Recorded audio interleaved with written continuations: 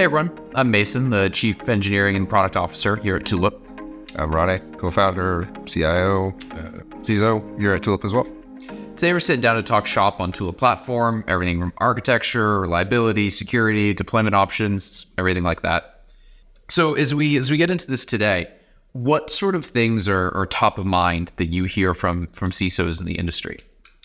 It's really interesting because I've done many different things here at Tulip, right? Yeah. So I spent a lot of time from being inside machines, Literally inside the machines to writing the code as part of the platform, and then most recently focus on security and our own information architecture that will run the company.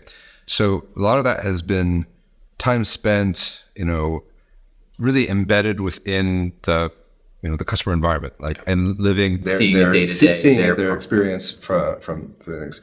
And if you think about the big transition that's happened in our industry, it's been the world's moving to the cloud. Yeah, right. That's called last decade of trend. We've seen that really accelerate from when the pandemic came in and kind of forced into cloud. You're seeing this change, especially picking up in the past couple of years. Absolutely, and I think that some of that in the beginning there was a lot of trust issues around this. Cloud scary, cloud. Yep. What happens if the cloud goes down, and what's security? They're worried about that. And I think that there's a lot of trust now that has been developed over time, even from things like the fact that we do our banking, stuff that is or our medical records are now all the most sensitive stuff that we do is now cloud-based, and that has brought some trust into the manufacturing environment where we played a lot in it. Yeah. And I think that still front and center around this comes down to where's my data? What is my data doing? Who owns it? What can I get at? Yeah. Who can I trust it? Yep. Is it going to escape because I'm no longer in control over that within my four walls? And then what happens if it goes down, right? So that, again, this big transition from being in on-prem type environments to being in the cloud. And I see sometimes people thinking about their internet connectivity when they're thinking about going down, not just does the cloud go down, but how do I access it? Yeah. When you're talking with other CIOs, how are you helping them mitigate and work through some of those concerns? So I think that a lot of this it's like solve problems technically, right? So thinking about the internet ultimately is it's like a utility. It's like, sure, you can't power or water. You can't run your plant if you don't have power going to it. Of course. Yeah. And in a lot of ways, you can't run your plant now without the internet. Mm-hmm. There are ways that you can risk mitigate that, right? So redundant connections. So I have a cable or fiber line that's going into my facility, and if some backhoe cuts it, which is always the threat. Actually, never heard of it. Only in theory, yeah. Well, in theory, the theoretical backhoe. The theoretical backhoe that comes in and cuts my line, I can always switch over to Starlink or to the microwave connection. Yeah. And if I'm 5G, whatever, if I'm not using, there's so many options sharing, these days. Yeah, exactly. It's kind of a moot point. It's all of my routers that are coming into my facility can do that now. All that soft handover. So that side of the risk for things has really gone down significantly. How have you seen the reward side of that equation change? Well, the general question was what you gain out of being in the cloud, right? So one is you can offload a lot of the maintenance effort of running the closet and maintaining all that equipment. So there's a lot of benefits that are coming from both the capital cost that comes from that as well as the operational cost of running that.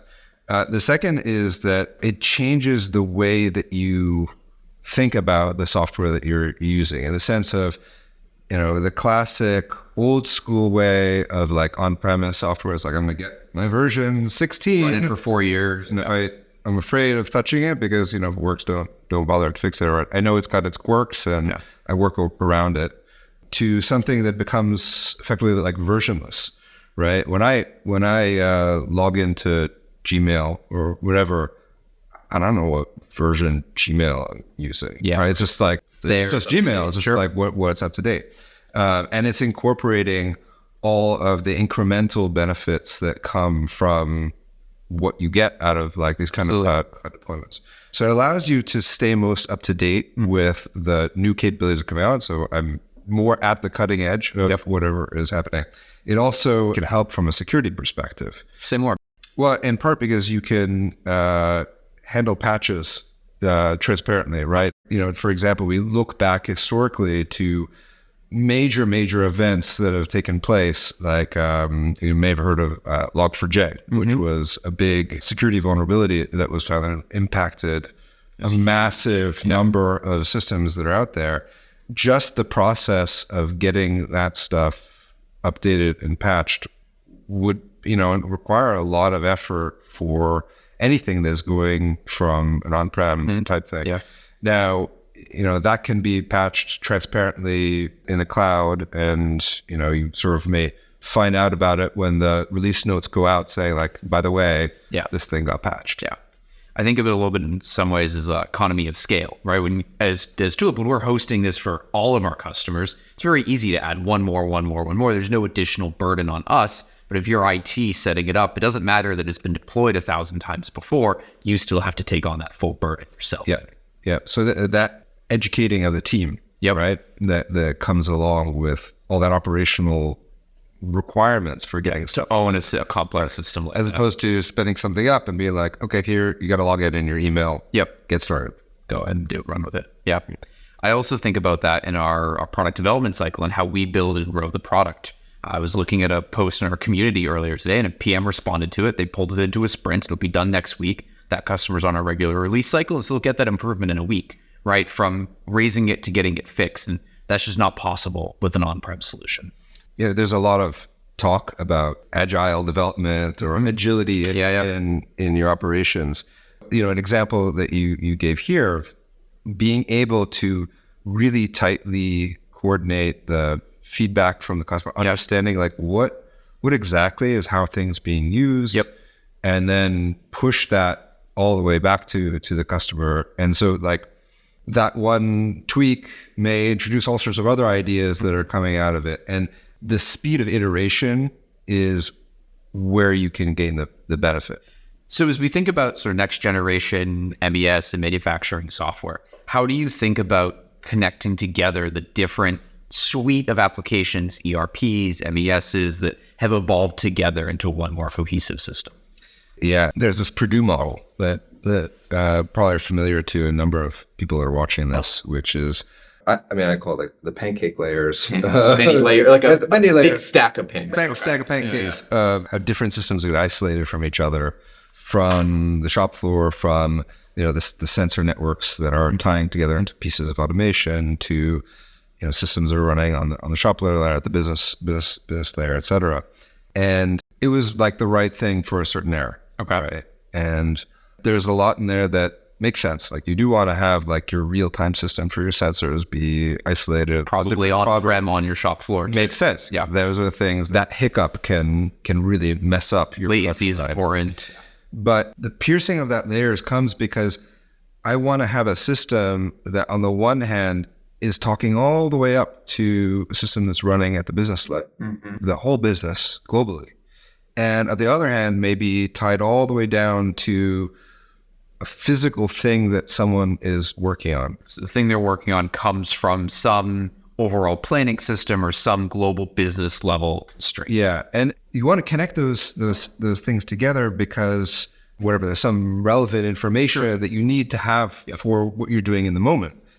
The challenge, though, is that all of those layers and the walls that are placed in between them become points of friction that you need to navigate in order to get the system. And that's all of this is. In order to get all the way down, you have to get through ABC. You have to get ABC. And not only that, it's not just the act of getting through all these systems. It's all the coordination that's necessary between different teams, between OT and IT that need to open up this thing, et cetera, just to get that one little bit of information that you need. So like all that we were talking earlier about, about the speed of iteration, it's all that's like points of friction that prevent you from doing this. Possible. Now, when you think about new perspectives on this, like from a security perspective, like what do we do to think about zero trust? How do we, use the kind of the classic cryptographic primitives, just protocols like HTTPS that let me securely talk to my bank like There's applications here too. right? Those set yourself up to allow for secure communication that can take you all the way down to the floor. So we want to be able to selectively sort of pierce through this and not turn into a Wild West, right? Sure. There's part of this that is like, how do you govern this? Navigate the governance side around this. Yeah. How do you do this in a way that's really scalable? And it's scalable not just from a technical thing, like I can throw lots of data and it's going to still work, Yeah. but scalable, like how am I going to deploy this thing across an organization of like 50,000 people? Sure. And what does that mean? I mean, like what are you thinking about from that engineering perspective, like the pure technical side of things? How do we make sure that we scale this thing out and allow it to work for the gigabytes of data and like that we have to deal with? Terabytes. Yeah. I mean, you're splitting it up correctly, right? There's the scale and the user experience of managing that scale. And then there's the technical and the performance and the architecture to manage that scale. From day zero, we've been cloud native. We're running a bunch of microservices. Like we are inherently building and architected in order to handle all of that scale. And I mean, we added a pretty substantial number of new interfaces in the past month as we got into the new year. And there wasn't a single blip on the system, right? Like it swallowed all of that additional load, no problem whatsoever, because we have these fundamentals. And because it's part of our development process, we're pushing and testing the system well past the load of our customer base, right? We're 5-10xing the load we're getting from our customers as part of our development and testing and release process. And it can scale. We are able to horizontally scale out all aspects of this product in order to handle the load from our customers. I think there's an interesting thing here, which is that you were talking about economies of scale earlier, right? So there's also like resiliency to the intermittent, right? So you can say like, if I'm in a traditional like on-prem thing, if I'm going to like double my load all of a sudden because something happens, I might just run out of servers. Yep. And I'm just stuck. Yeah. Right. Whereas when you're in like multi-tenant cloud land, that's like a fraction of a percent of load across the entire base. And then it's just absorbed in the same, in the way that the system's sort of designed to absorb those kind of transients. So, Rony, earlier you were talking about the that sort of pancake architecture, the old Purdue architecture that we all commonly see implemented. And at this point, that's 30, 40 years old is a pretty standard architecture. Are you starting to see the emergence of a new architecture or a new food metaphor to describe how these things going forward? I can't think of the appropriate food metaphor. Food yet, like but a it's fruit salad of buzzwords, basically. Yeah, I think that, I was mentioning before this notion of, of zero trust and the like that is definitely changing. What that is. And it's interesting, you think about the title of the notion of a CIO, like Chief Information Officer. Like, how do we think about the data that is driving the business? Some of that data is going to be everything from like the accounting and HR side of things, all the way to like a bunch of real-time information, which is driving some performance that we're tracking at a really fine level of granularity.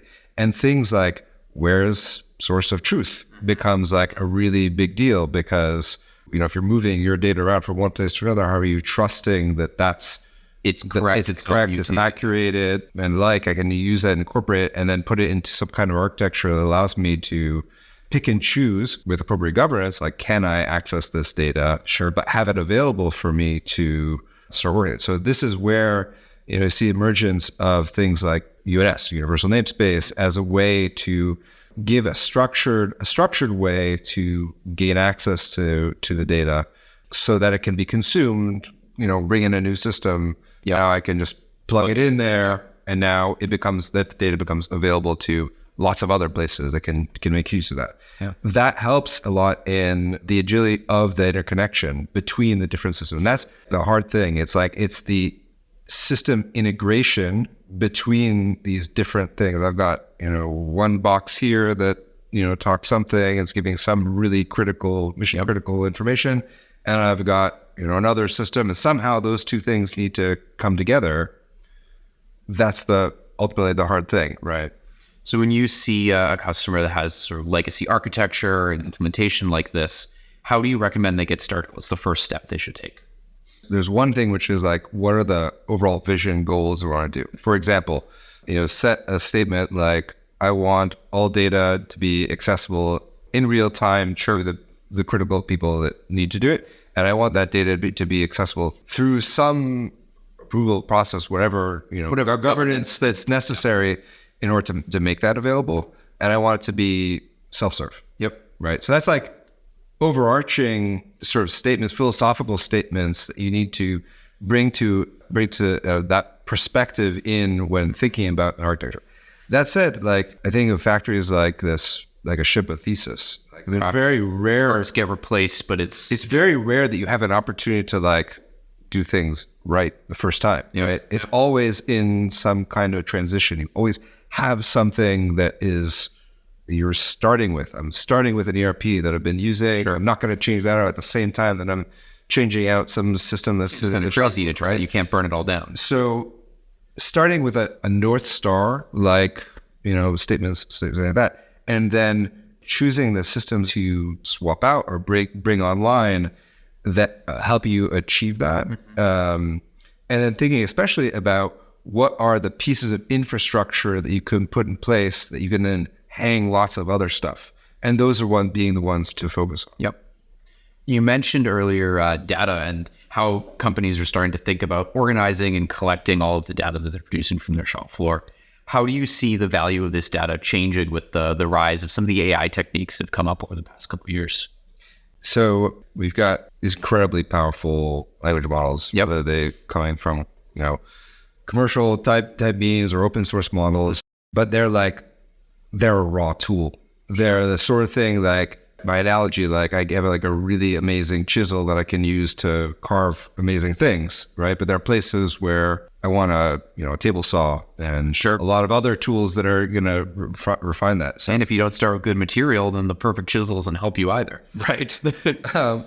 I think that what we're seeing in the evolution of this is that there'll be layers that are going to be built on top of a lot of these language models, like that will give a higher level of power on them. And some of that is going to be leveraging data in a different kind of way, right? So what do you mean?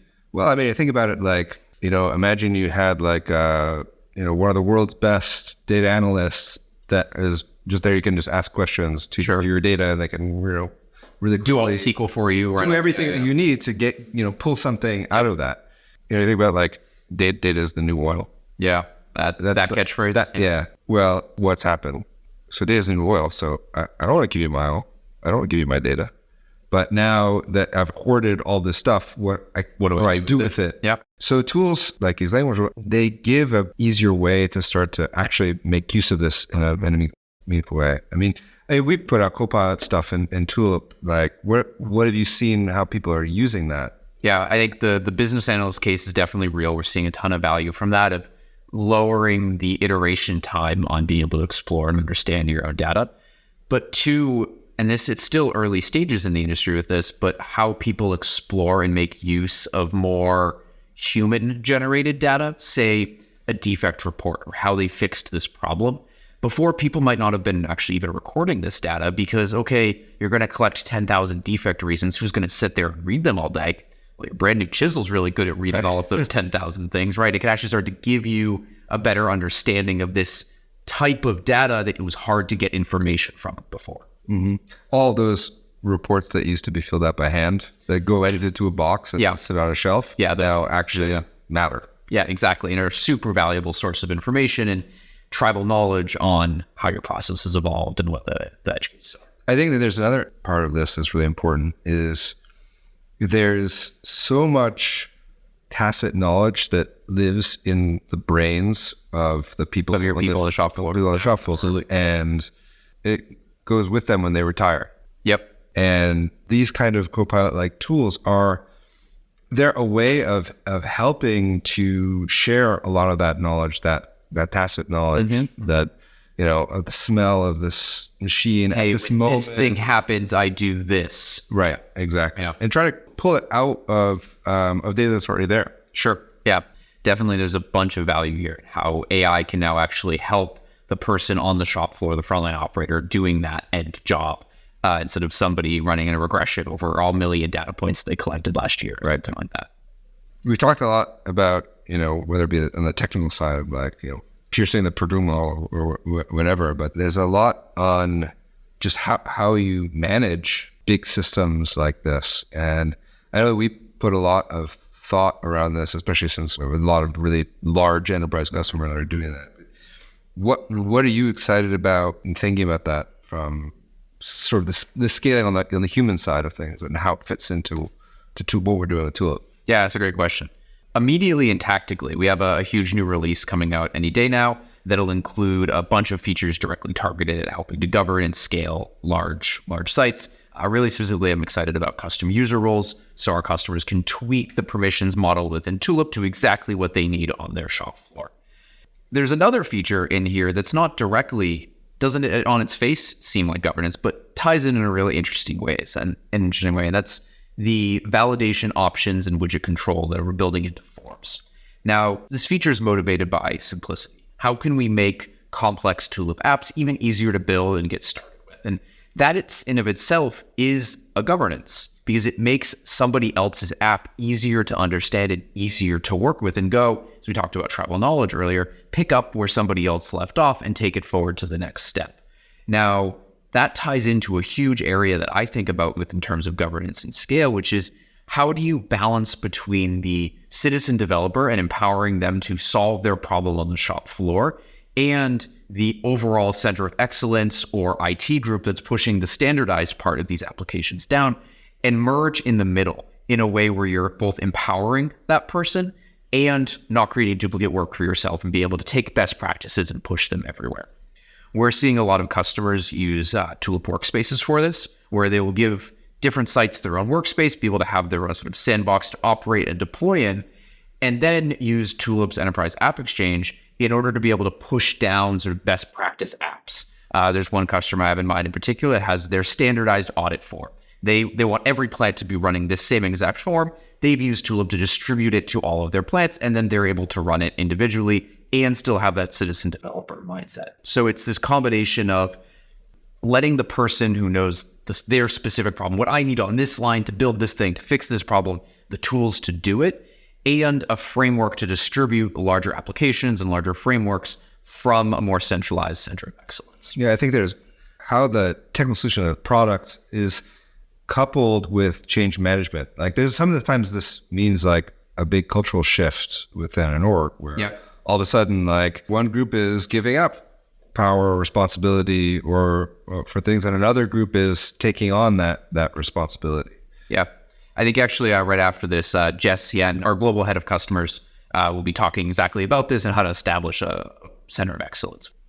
Now, we've covered a lot of ground here today, from new reference architectures to AI to data to security.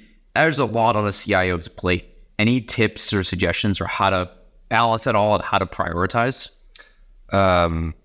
I use ChatGPT to prioritize things. Speaking of AI. Yeah, absolutely. I'm speaking, very, very seriously. I think of that kind of tool as a thought partner, right? So let me take advantage of the knowledge of the internet that's been accumulated in here. Cool. Well, I think that's all we got for today. Thanks for all the thoughts, Rony, and thanks for joining us. Stay tuned.